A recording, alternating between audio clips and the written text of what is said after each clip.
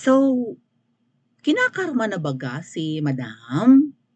Kasi gano'n talaga yun, eh. Alam niyo yung prayers ng yung collective madam, ikaw naman ay naniniwala sa mga mysticisms, sa mga, 'di ba? Sa mga out of this world ganap-ganap, phenomenon and practices, 'di ba? Mga witchcraft. Kasi madam, isa sa mga tao mo noon nagbanggit sa akin na ikaw ay tumira ng Thailand ng siguro 1 year. Ito ba yun madam na ito ba yung panahon na nagkakalabuan kayo ni coaching? Nagtatanong lang naman kami, huwag ka nang magalit, huwag mo akong ipagorgor ha. Sino yung nag-comment na galing sa skull ni TP yung ano, yung kanyang blood. Anyway, isa sa mga tao mo, madam, ang nagbanggit sa akin na tumira ka ng Thailand, mga 1 year, baka ito yung panahon nagkakalabuan kayo. And when you stayed in Thailand, marami kang natutunan doon. Maybe nakabili ka rin ng mga protection, ganyan. No? And then lumutang yung actually yeah, 'di ba? Nag-trending yung binanggit ni Pastor Apollo Quiboloy na every Tuesdays and Fridays may ginaganap kayong mga voodoo sessions and witchcraft diyan sa palasyo. Ginawa niyo na talagang bahay ng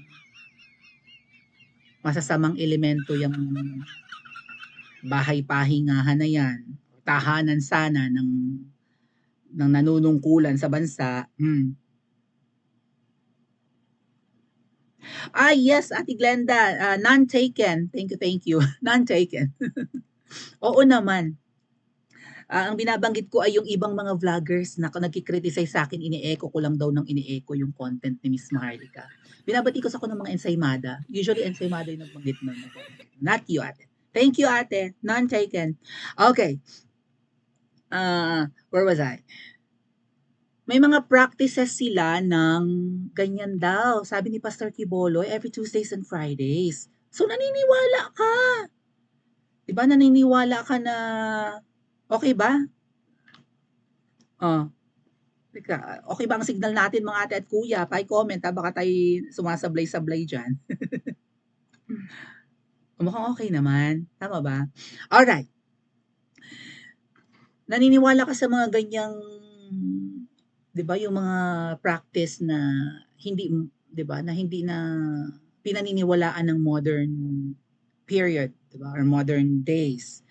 O, edi maniwala ka rin sa collective prayers na kapag dumarami yung nagagalit sa inyo at naghihinanakit ang taong bayan, nabudol nyo kasi, nalinlang, nangako pa yung jowawawa mo na gagawing may napanood akong TikTok mga ate at kuya, na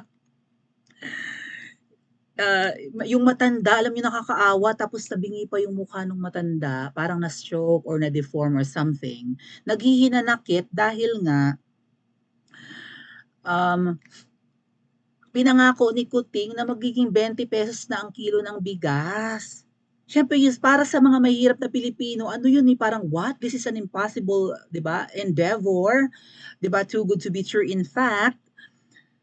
And kung pinapangako niya yan, 'di ba? Nangangarap din yung taong teka noong panahon na lalo yung matatanda panahon namin noon 20 naman talaga ang bigas sa inabot ko talaga. Ilang taon na ba ako? Inabot ko mga ate at kuya yung 27 pesos na bigas. And baby si na mama inabot yung mga 17 pesos na kilo ng bigas, 'di ba? I think mas mura pa nga eh.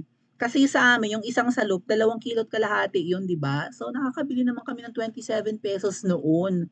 Panahon ni Tatay Digong mga ate at kuya, 40 ang... Tingnan nyo ang difference ha. Para lang malinawan tayo na hindi naman imposible actually ito. And ibig sabihin, ibabalik lang noong panahon na mura ang bilhin. Naalala yung 4 times 40 ni Lenlen. Oh, 4 times 40, bigas pa lang yon. She was talking about rice and that was 2016 to 2022. Panahon, di ba yung administrasyon ni Tatay Digong, binabatikos may mga multiplication si BFF Lenlen ko na 40 times 4 is 16. Ang tamang sagot po ay 40 times 4 ay 160. Apat na 40 ay 160 BFF Lenlen. Oh, ang panahon ni Lenlen, panahon ni PRRD, 40 ang bigas. Masarap na ang 40.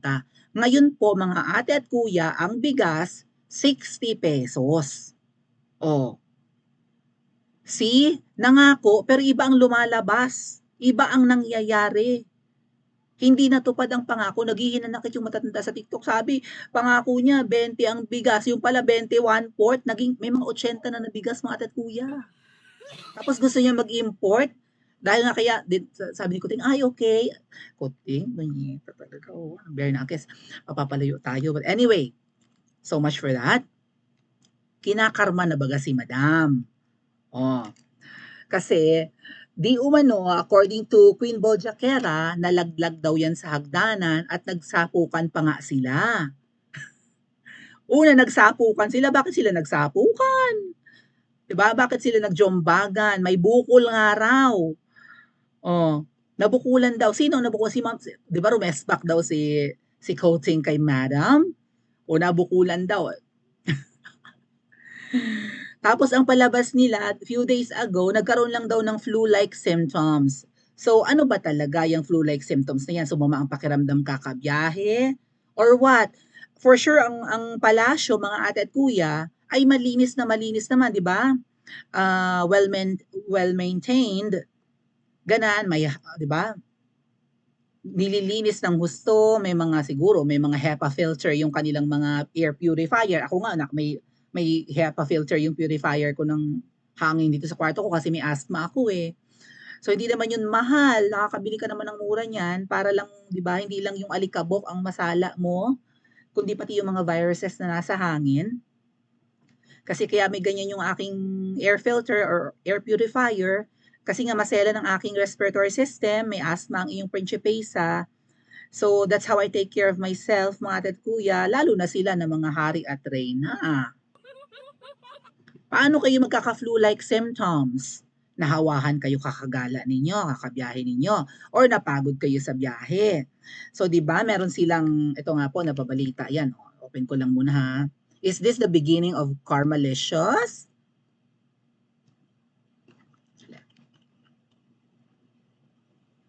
Di ba, few days ago, iyan ang balita. May sigaw na Kems. Oh.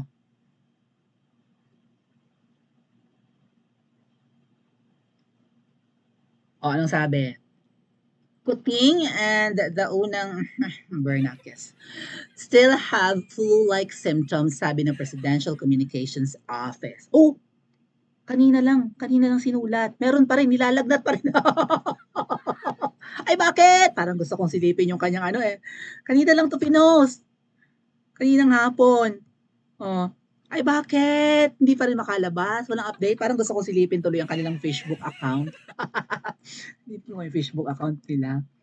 May symptoms. Pag may sintomas, 'di ba? Maya-maya, kailan pa ba sila nagkaroon ng flu-like symptoms? That was 2 days ago, right? Hindi ako nakapag-vlog patungkol diyan eh. Oh, buksan ko yung Facebook ni Madam. Sisilipin ko kung may update. So ano, hindi siya nagpo-post ngayon? Dahil masama ang pakiramdam, pamparam-pam-pam, pamparam-param-pam? Late ng tiyan talaga. Mga late uploads ang mga pinopost ni Madam. Late talaga ng tiyan talaga. Oh, bakit kaya malate ang tiyan? Siguro nagpa-bariatric surgery sa ano? Diyos ko, may papuso-puso. Sayaw ko to.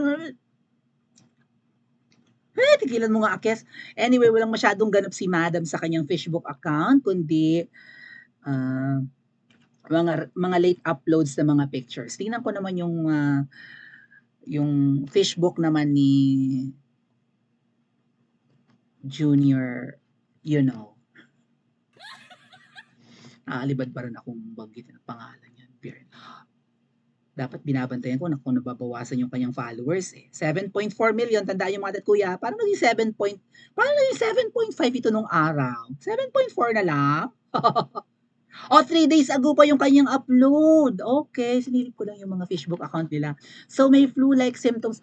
Mga tat kuya, kung masama ang pakiramdam natin, first day pa lang, ipapahinga mo na yan, right? And then the following day, maybe kapag medyo palala, inuman mo na ng gamot, gawan mo na ng, di ba, mag-take ka na ng Like mag-iingat ka na rin sa pagkain mo kung ayaw mo mag-take ng gamot, right? Fruits and vegetables ka na lang, ganyan. Leafy vegetables, mga prutas-prutas, o hindi ka nakakain ng mga mamantika, gano'n, maanghang, kung ano pa man.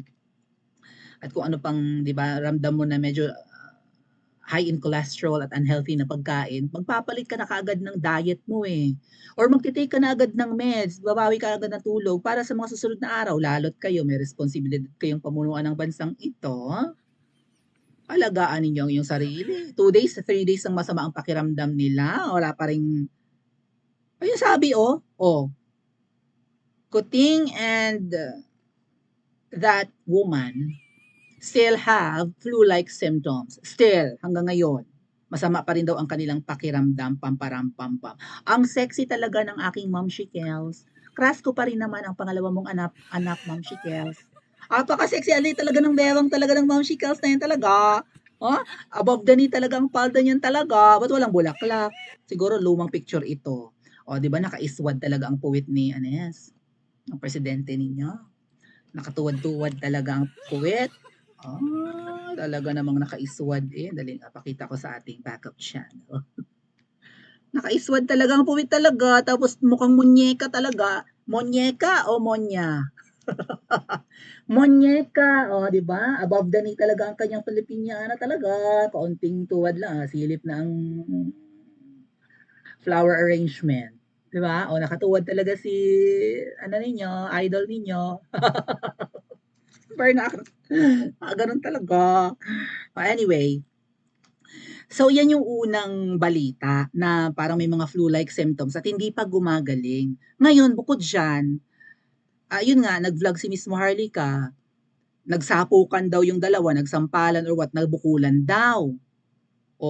Kung naaalala nyo mga ate at kuya, si Atty. Glenn, kung naaalala nyo, itong recently nga lang pala, si Atty. Glenn Chong sabi niya, laparuhon daw niya si Ma'am Shi. Gustong-gusto niyang laparo. Galit na kasi ang taong bayan. Kaya nga sabi ko, Ma'am Shi, kung ikay naniniwala sa mga voodoo-voodoo, sa mga witchcraft, alam mo na yung collective prayers ng tao ay pwedeng, thank you Ray VFT, alam mo na yung collective prayers ng mga tao ay pwede ring pakinggan ng nasa taas. Right? So, kapag gaganyan ang nangyari, baka dinggin talaga yung dasal ng taong bayan na huwag na kayong magtagal. Baka kung totoo man na masama ang iyong pakiramdam, talagang masama ang pakiramdam o nalobat lang. Baka nalobat lang sila, no? Siyempre, minsan pag pagod na pagod ka sa biyahe, nalolobat ka. Pero yung iba, pag nagpupulvoron, nalolobat. Nakakalobat pa lang pulvoron, mga ate at kuya. Di ba ano yun? Sugar yun? Matamis ang pulvoron. Kahit anong flavor, matamis naman ang pulvoron. Kahit na may caramel salt flavor pa yan, may katamisan pa rin. Umami, alright? Lalo na yung mga cookies and cream and whatnot, matamis pa rin. So bakit sila nalulobat? Ang alam ko sa sugar, nakaka-energize, nakaka-spike ng ating glucose. Kasi pero sinabi ni Atty. Glenn yung mga ate at kuya na gusto niyang laparuhin si Madam, 'di ba? Sa gigil niya. So bakit hindi pa man nalalaparo, hindi pa man nasasampal ni Atty. Glenn Chong? Sana matuluyan na si Butod, sabi ng aking ate from Dubai. 'Di ba? Gustong-gusto ni Atty. Glenn yung malaparo, makyompal yan, pero mukhang may gumawa na for Atty. Glenn Chong. So si Kuting ba ang gumawa nito? You know who I mean. Sabi ni Atty. Glenn Chong, hindi ako ang sumampal ha, sabi ni Atty. Glenn Chong, 'di ba? May ibang sumampal or sumapok? Bakit kaya niya sinapok? Dahil ba ito dun sa extraction thingy? Yung sa mga bata sa Turkey? Yun kaya naging galit? Ano ba? Ano ba sabi ni Miss Maharlika? So, hindi si Atty. Glenn yung ang lumaparo, ang sumampal, pero si Kuting ba yung sumampal kay Ma'am Shikels? May isa pa pong po si Atty. Glenn yung I intended to do it. Somebody else did it for me. I thank him for doing me a big favor. Can you deny this, Ma'am Shikels, na ikaw ay nilaparo or sinapok, nagising ang bruha sa brutal na katotohanan, sampid ka lang? Oh.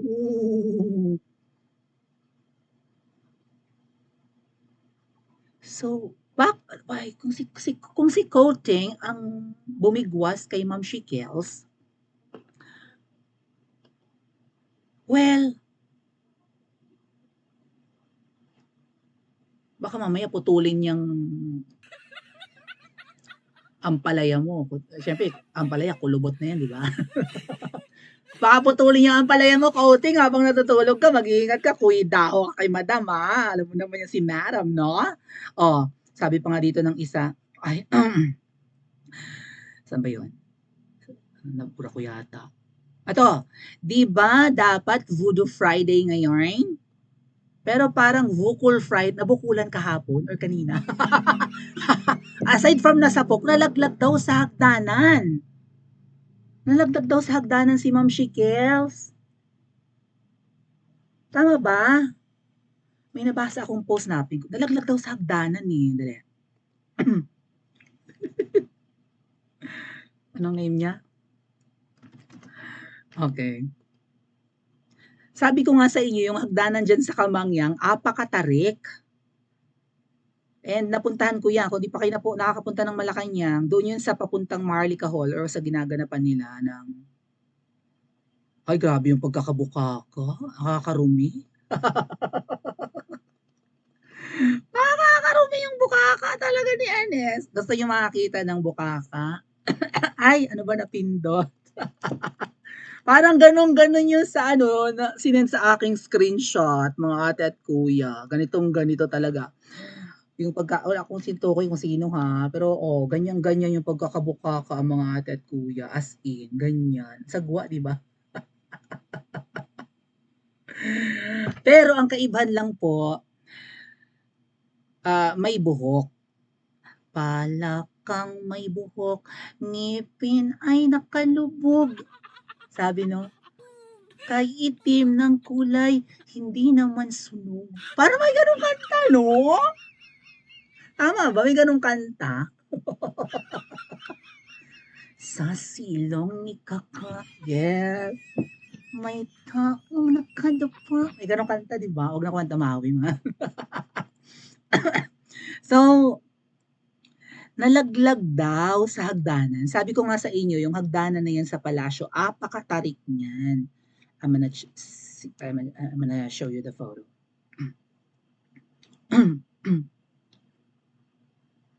Huh? Saan nakalagay? Huh? Saan ko nilagay? Sa messenger siguro yan.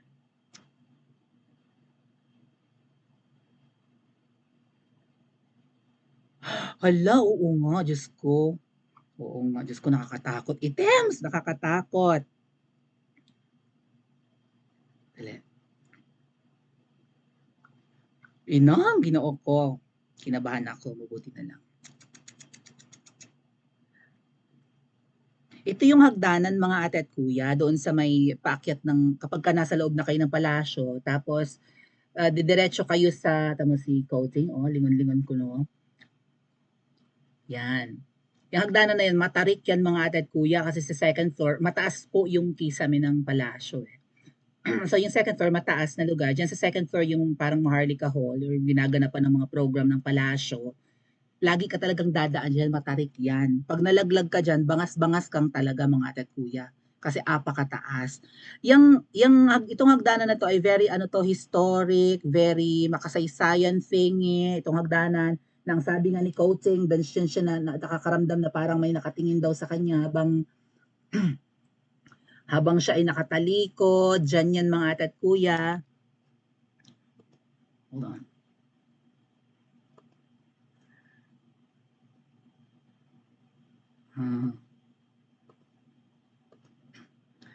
So, pag ikay nalaglag dyan, kung ikay lasing or ikay vangig, talagang buko lang aabutin mo ng malala. Diba? Ay mapipilayan ka, lalo na kung masyonda ka at may mga osteoporosis ka. Diyan, takot na takot si Coating dyan. Ito rin yung hagdanan ng tuwing may mga aakyat na mga bagong, 'di ba, first family, yan din yun. Oh,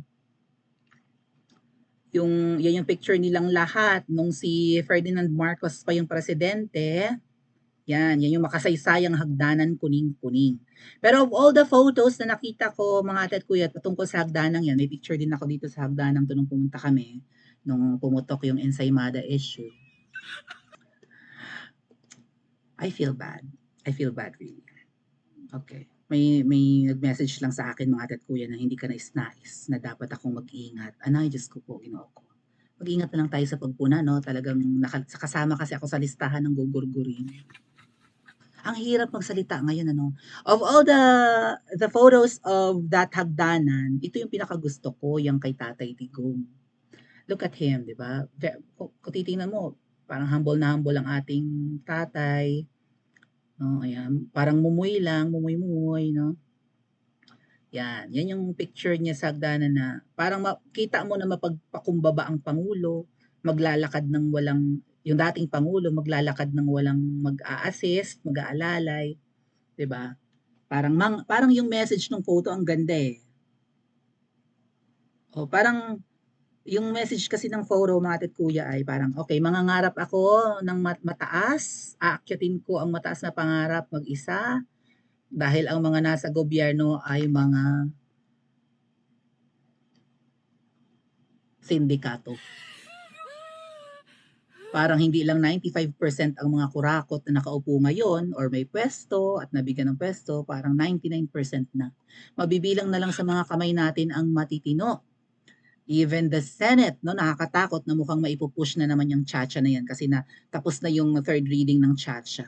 So, dahil dito sa collective anger, collective prayers ng mga taong bayan, nakakarma na kaya si Madam? Kasi nalaglag nga raw dun sa hagdanan, nagkanda bukol-bukol nabukulan daw. Oo, hinahanap ko yung post eh. Nalaglag daw doon sa hagdanan. Ma'am, can you confirm na nalaglag ka sa hagdanan? Kasi pinag-uusapan ngayon.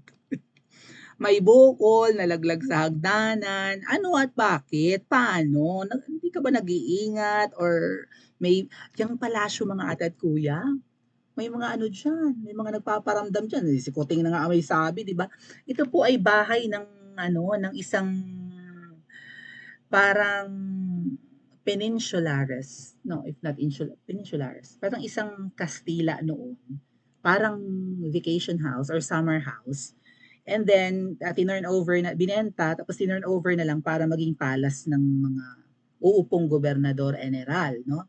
And mga presidente. Kaya naging tahanan na siya ng mga pangulo. Dahil nga po itong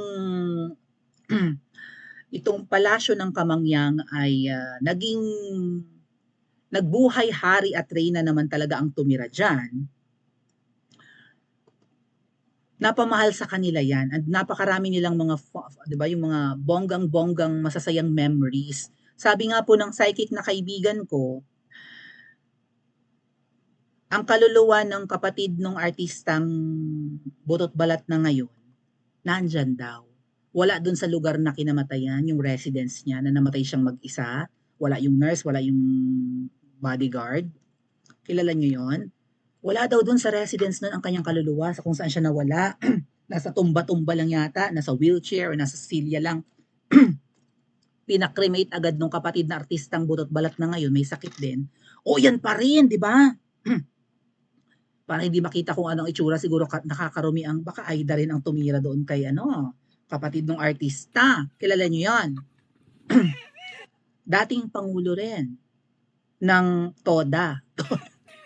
Tricycle Operators and Drivers Association. Huwag kayong ano dyan.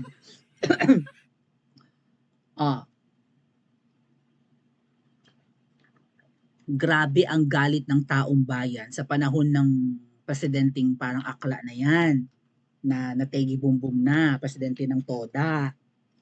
Pinasunog ng kapatid na artista na ngayon ay parang kina Carmi Martin din, hindi gumagaling ang sakit. Pero maldita pa rin, Bratinella pa rin. 'Di ba? So, after ng term nung syupatembang nung artista, ay talagang lumala ang sakit hanggang sa mategi bumbum na parang kinakarama, 'di ba? Hindi apakayaman nung artista na yung babae na maldita, pero hindi gumagaling, nasa anemic na nga nagpapagamot, hindi pa rin kaya ng mga specialists, ang dai-dai niyang doctors, 'di ba? Hindi umuubra ang yaman. So, ito ba ay dahil itong mga nangyayaring mga unfortunate events kay madam, kung totoo man na siya'y nasapok nung jowawawa or nalaglag sa hagdanan or masama ang pakiramdam pamparampampam at hindi pa gumagaling ha, nung araw na, 3 araw na yatang masama ang pakiramdam nila, ay bunga ba ng Carmelicious at dahil sa collective prayer ng taong bayan na sila'y sinusumpa na actually? Or may pinagdarasal lang ang taong bayan na, "Lord, tapusin niyo naman na itong ano, nabudol kami. Tapusin niyo naman ang pagdurusa namin. Kayo na po ang bahala sa mga inutil na nakaupo ngayon, pinababayaan kami." Hindi kaya dinidinig na alam niyo naman mga ate at kuya, tayo mga Pilipino malapit tayo sa nasa itaas. Isipin niyo tayo ay katulad ng Japan na nasa Pacific Ring of Fire pero grabe salantahin ng lindol ang Japan. Yung Pacific Ring of Fire from the west coast of the US, paikot, hanggang Japan, Korea, Taiwan, Pilipinas. Ring of Fire, may mga linya ng mga bulkan dyan. Ang Pilipinas, buong archipelago natin, if not the Luzon and Visayas region, ay puro bulkan. Pero hindi pa natin nararanasan ng big one. Tama? Hindi katulad ng Japan, grabe lindolin, grabe ang tsunami. Although ang bilis nilang makarecover, paano kung sa atin mangyari yan? May mga fault line tayo. Hanggang dyan sa ano yata yun eh. Sa may dadaan niya ng, di ba, ng Quezon City, if not Quezon City, mga Makati, Pasig, ganun. Hanggang dyan yata sa may, even sa may parting mga Binyan, Laguna. Mga at kuya, may mga subdivision dyan na may fault line, may crack ang lupa. So, siguro malakas lang tayo sa nasa itaas. Pero Lord, huwag mo naman kami babayaan, Lord. Tagal-tagal na namin nagdurusa. Thank you, hindi kami nasasalanta ng matitinding ganyan. Pero sinasalanta naman kami ng mga damonyo, Lord. Tulungan mo naman kami. Baka pwedeng huwag lang sa hagdanan mahulog. Agree ba kayo? Pa-comment nga po sa comment section at mag-like and subscribe din po kayo.